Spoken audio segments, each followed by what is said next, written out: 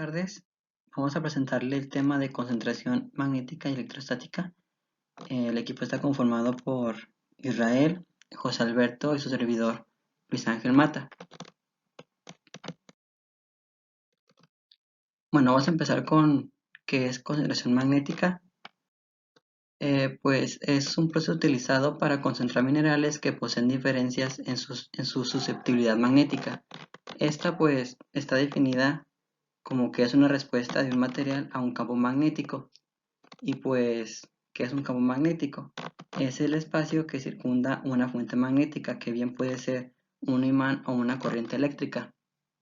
Es decir que pues estos minerales responden en forma diferente ante la aplicación de un campo magnético. De acuerdo con su susceptibilidad magnética, los minerales pueden ser clasificados como paramagnéticos, que pues son débilmente atraídos por un campo magnético, que es una, pues como ya lo vimos, es una clase de imán, que más adelante vamos a ver más o menos el proceso. Y pues estos materiales no tienen tanto poder de atracción como los ferromagnéticos, y pues se vuelven un poco débiles a comparación de pues los ferromagnéticos. Algunos ejemplos de ellos pues son la ilmenita, que es un tiocenato de hierro, la hematita, que aquí la podemos ver, que es un óxido de hierro, y la pirrotita, que es un sulfuro de hierro. Los ferromagnéticos pues se vuelven fuertes ante la aplicación de un campo magnético. Bien pueden ser el mismo hierro o la magnetita, que aquí lo vemos, que es también un óxido de hierro, pero con diferente valencia, a diferencia de la hematita.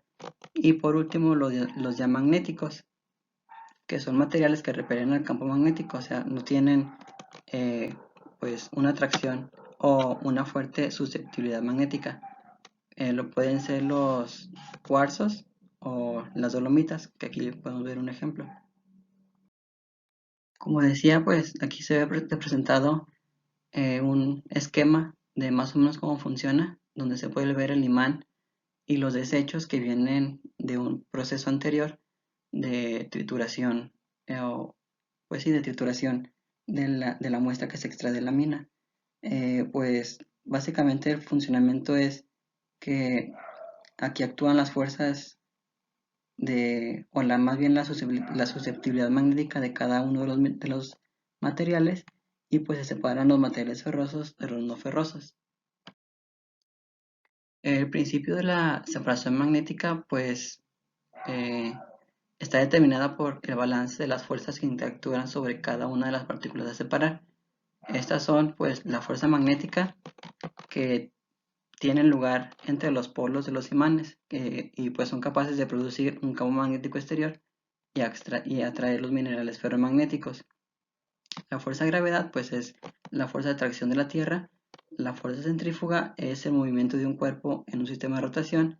La hidrodinámica pues es un proceso un poco más complejo, ya que involucra la dinámica de los fluidos.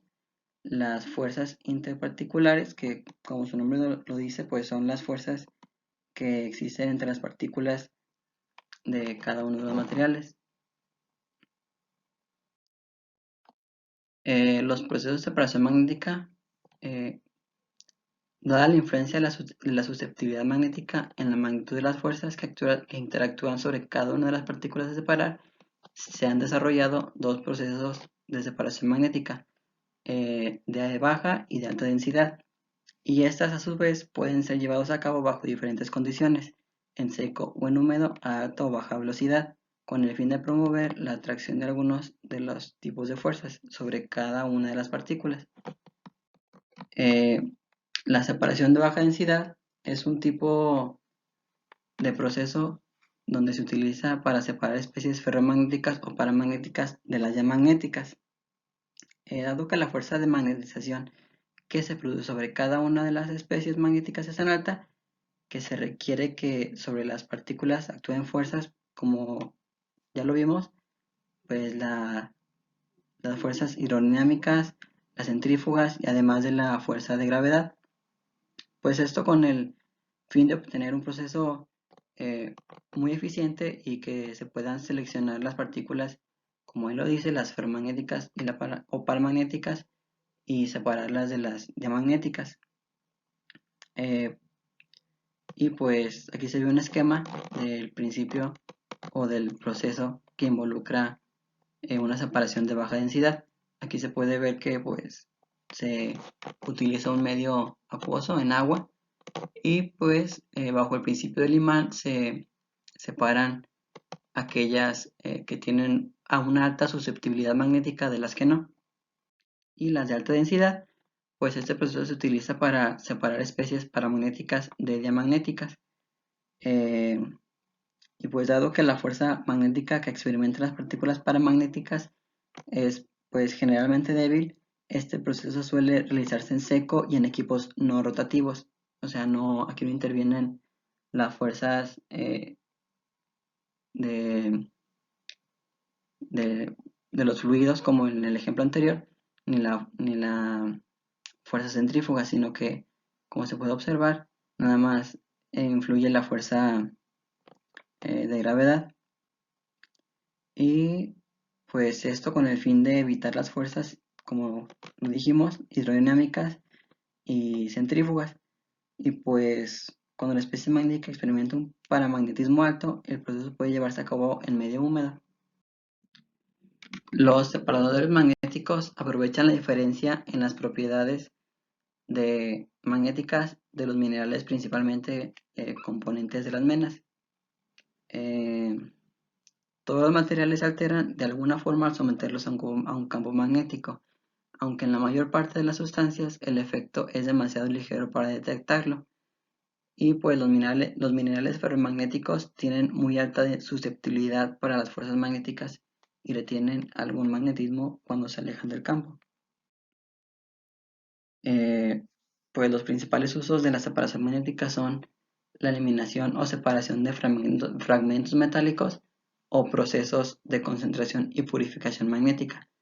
Pues es un ejemplo algo burdo, pero es como si tuviéramos alguna clase de metal con harina. Lo que va a hacer es que si aplicamos una fuerza magnética, como lo puede ser un imán, separaremos aquellos materiales ferrosos de, pues en este caso la harina, que no, que no será atraída por este imán.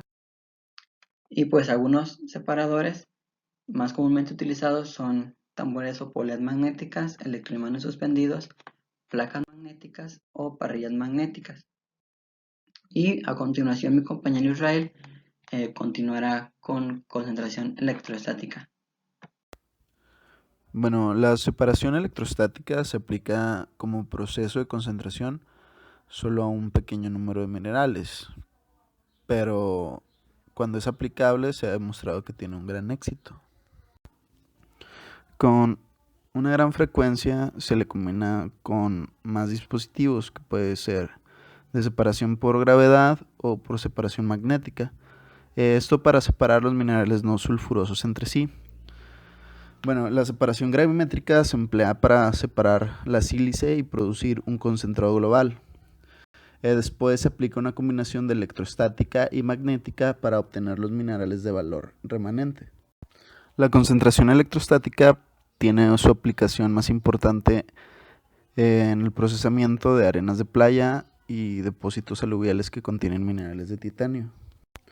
Existen dos tipos básicos de separadores electrostáticos. El primero es un separador electrostático de tipo electrodinámico. Comúnmente se le llama separadores de alta tensión. En este dispositivo la alimentación es acarreada por el rotor puesto a tierra hasta el campo de un electrodo ionizante. Las partículas conductoras entregan su carga al rotor conectado a tierra y son lanzadas desde la superficie de este por la fuerza centrífuga. Luego pasan a estar bajo la influencia de campos electrostáticos del electrodo noite y son atraídos ulteriormente desde la superficie del rotor. Las partículas no conductoras no son capaces de disipar su carga rápidamente hacia el rotor y en consecuencia son retenidas en la superficie del rotor por sus propias fuerzas de imagen. Y a medida que el rotor acarrea las partículas no conductoras sobre su superficie, su carga se va perdiendo lentamente y las partículas se desprenden. Las partículas intermedias caen primero, porque pierden su carga con mayor rapidez, y las partículas no conductoras se remueven de la superficie del rotor mediante un cepillo. Bueno, el tamaño de una partícula influye totalmente en su acción en el separador, ya que la carga que lleva la superficie de una partícula gruesa es menor en relación con la masa que la de una partícula fina. Una partícula gruesa es lanzada con mayor facilidad de la superficie del rotor. Los separadores son operados con capas múltiples de partículas sobre la superficie del rotor, por lo que las partículas conductoras finas tendrán a ser atrapadas por las no conductoras debido pues a esto de que tiene menor masa. Y pues ahora sí tenemos el segundo tipo de separador, que sería el electrostático. Son dos principales, que es de tipo rotor y tipo de placas. Empezando por el separador electrostático de tipo rotor, este tiene un gran electrodo sencillo que produce un campo eléctrico. Cuando se sitúa una partícula sobre el rotor puesto a tierra, en presencia del campo eléctrico, la partícula desarrolla rápidamente una carga superficial por inducción. Las partículas que se convierten en conductoras tienen una superficie equipotencial y tiene el mismo potencial al rotor, y por lo tanto es atraída al electrodo. La no conductora continúa adherida a la superficie del rotor hasta que la gravedad la hace caer. En el separador de tipo placas, las partículas de la alimentación se deslizan hacia abajo sobre una placa puesta a tierra hacia los campos eléctricos divergentes inducidos por el electrodo grande curvado. Las partículas se cargan por inducción, adquiriendo las partículas conductoras una carga opuesta al electrodo, por lo tanto son atraídas hacia él. Y las partículas no conductoras continúan hacia debajo de la placa o pasan por la rejilla que se ve en la imagen. Bueno, anteriormente se desglosaron los tipos de separadores utilizados en la concentración electrostática, pero cabe mencionar que también existen otros tipos de separadores, los cuales buscan la separación en otro medio que no sea el aire. Este proceso lleva el nombre de separación dieléctrica o electroforética. Los diseños que se han propuesto son más que nada a nivel piloto, ya que uno se probó para la separación del mineral de la cromita, en el cual se usó un tambor giratorio como uno de los electrodos. Medio circundante de operación. El tamaño de partícula que funge como alimentación a estos tipos de separadores no es del todo fácil de controlar, pero como ya se mencionó, se tratan de minerales de playa, en los cuales la alimentación se acepta tal y como está porque el material tiene ya una clasificación natural. Otro tipo de aspecto que se debe tomar en consideración para lograr efectuar la separación es el recubrimiento de las partículas. Aquí todas las superficies de las partículas deben estar libres de humedad. Las partículas de playa que se utilizan a menudo están recubiertas de material orgánico, por lo que previo a la separación se debe remover dicho recubrimiento para no tener dificultad al momento del proceso. Temperatura de alimentación. La temperatura que posee el mineral tiene un efecto importante en la conductividad del mismo.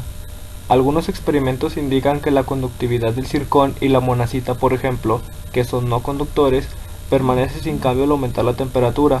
La del rutilo por su parte aumenta considerablemente en el intervalo de los 50 grados centígrados y los 300 grados centígrados, arrojando que la separación es más eficiente a una temperatura más elevada.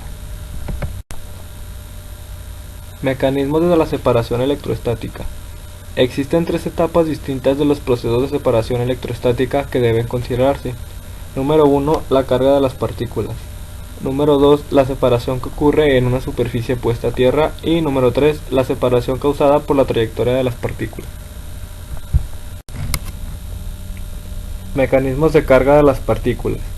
En la separación electrostática de minerales, las partículas pueden ser cargadas por contacto de partículas disimilares.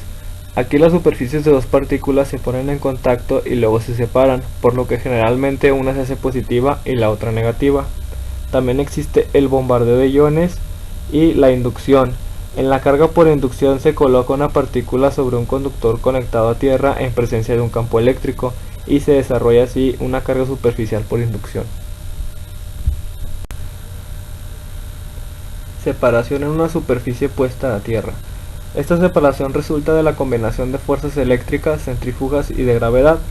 La fuerza eléctrica actúa en la dirección del campo eléctrico, o en otras palabras, es la fuerza de atracción entre una partícula cargada y el electrodo.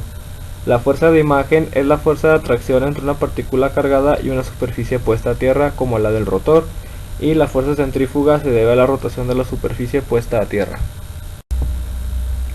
Y por último, tenemos la separación por trayectoria. Se supone que la carga que lleva una partícula permanece constante después de que ésta escapa del conductor puesto a tierra en la separación electrostática. En consecuencia de esto, aquí influyen tres tipos de fuerzas. Tenemos la fuerza eléctrica, la fuerza de gravedad y fuerza de arrastre. Estas influyen en la partícula que se está separando. Y bueno, esto es todo de nuestra parte. Muchas gracias por la atención prestada.